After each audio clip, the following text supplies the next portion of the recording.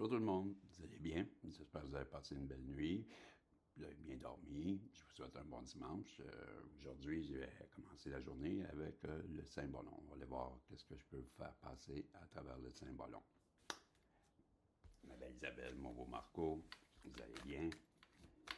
Puis un petit rayon de soleil, j'ai essayé de faire peut-être juste ça comme ça, peut-être nous donner un peu moins de reflets de soleil.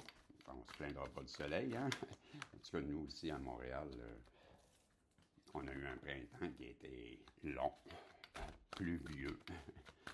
Alors, le soleil est bienvenu. On va demander à nos guides, s'il vous plaît, de bien vouloir nous passer un beau message pour les protagonistes en ce dimanche matin.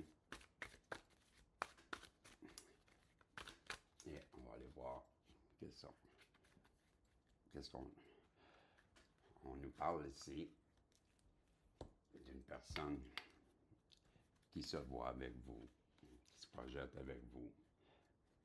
Je vais aller voir sur le site, puisque je vous ai promis dernièrement que j'étais pour vous donner les vraies interprétations, bien, je vais commencer. Je vais, juste pour avoir les vrais noms, parce que puisque je suis habitué de les interpréter, j'ai sorti le livre, je suis à la recherche, c'est beaucoup de cartes, mais je suis à la recherche de cette carte-ci qu'on appelle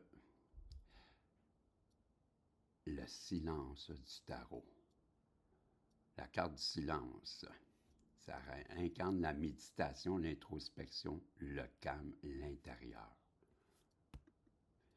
Bon, c'est bien ça.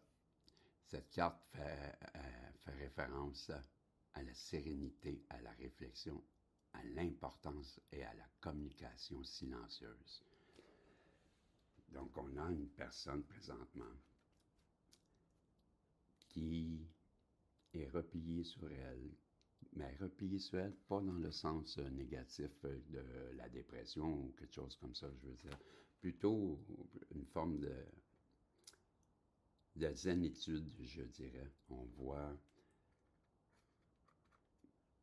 Ça me donne l'impression aussi que cette personne-là, oui, elle est en méditation, mais la première chose qui m'est venue en tête, c'était qu'elle pensait à vous.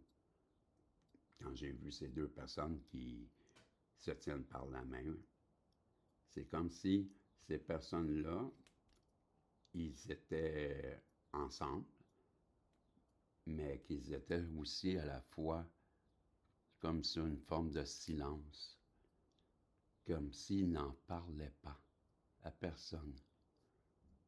Ben, c'est l'impression que ça me donne.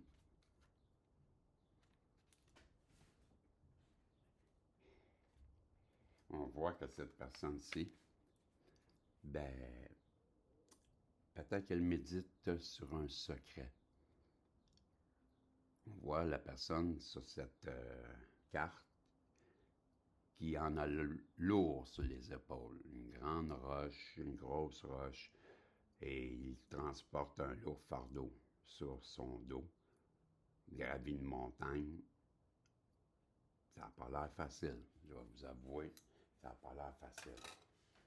Donc, on a une personne qui médite présentement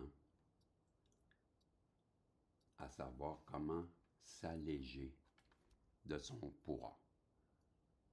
Est-ce qu'on aurait une personne qui voudrait avouer, on dirait que c'est comme quelqu'un qui voudrait avouer quelque chose à une autre personne. C'est l'impression que ça me donne avec les deux premières cartes. Hop. On a dit que cette personne-là, présentement, elle est dans une forme d'autoflagellation. Elle se culpabilise. Ben, on le voit, ça la torture tellement que ben, elle se fouette, elle s'en veut, elle se culpabilise, elle revient toujours. Cette personne-là, j'ai l'impression qu'elle a fait quelque chose dont elle n'est pas trop heureuse, je crois, qui n'est pas trop fière. et ça la martyrise intérieurement. On lui dit que cette personne-là, ben, elle pense à vous. Elle pense à vous, elle pense à votre séparation. Puis je crois qu'elle se responsabilise peut-être beaucoup dans ça. Parce que je dis ça à cause qu'on voit, hein, l'épée, elle a créé une séparation entre les deux. Mais l'épée, ben, elle penche du côté du masculin. Et ça me donne l'impression que c'est le masculin qui se tourmente, qui se flagelle, qui se fouette. Ben, peut-être parce que cette personne-là, elle a l'impression d'avoir été aussi partie intégrante du problème, peut-être même la source du problème. C'est l'impression que ça me donne. Que cette personne-là, elle aurait fait avorter votre relation en agissant ainsi. J'ai l'impression que vous avez rencontré une personne dont vous vous êtes séparés. Une personne qui ne vous a pas tout expliqué qu'est-ce qu'elle vivait ou qu'est-ce qu'elle pouvait avoir vécu. Personne qui vous a caché des choses, qui aujourd'hui regrette de vous avoir caché ces choses. Personne qui a créé un fossé ou une séparation entre vous deux et qui comprend qu'elle a fait avorter la relation entre vous deux. S'il vous plaît, les villes.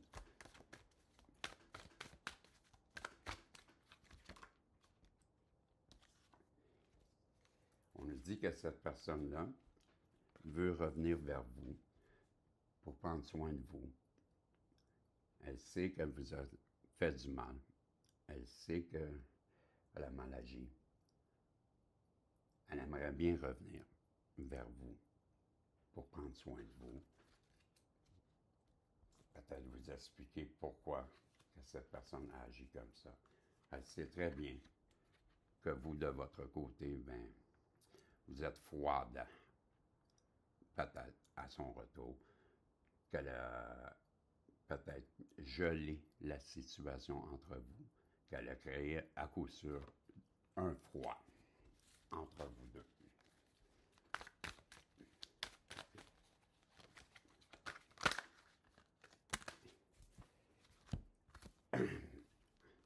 Cette personne-là, elle voit en vous un guide. Elle pense que vous pourriez sûrement l'aider à évoluer dans sa vie. Elle voit en vous, comme je vous disais, le guide, mais je crois qu'elle a beaucoup confiance en vous. Et elle croit peut-être même que vous en avez fait votre deuil de cette relation. Elle voudrait bien sauter de l'autre côté de la rive pour venir vous rejoindre, mais elle a créé tellement un grand fossé qui est rempli maintenant d'eau. Et pourtant, elle sait très bien que vous êtes le mage, le sage, la personne qui a accumulé des expériences de vie, qui au fil des années a appris beaucoup, qui maîtrise les éléments, qui est connecté avec l'au-delà. Elle veut revenir vers vous. Il faut que je me dépêche une conclusion, s'il vous plaît, les guides.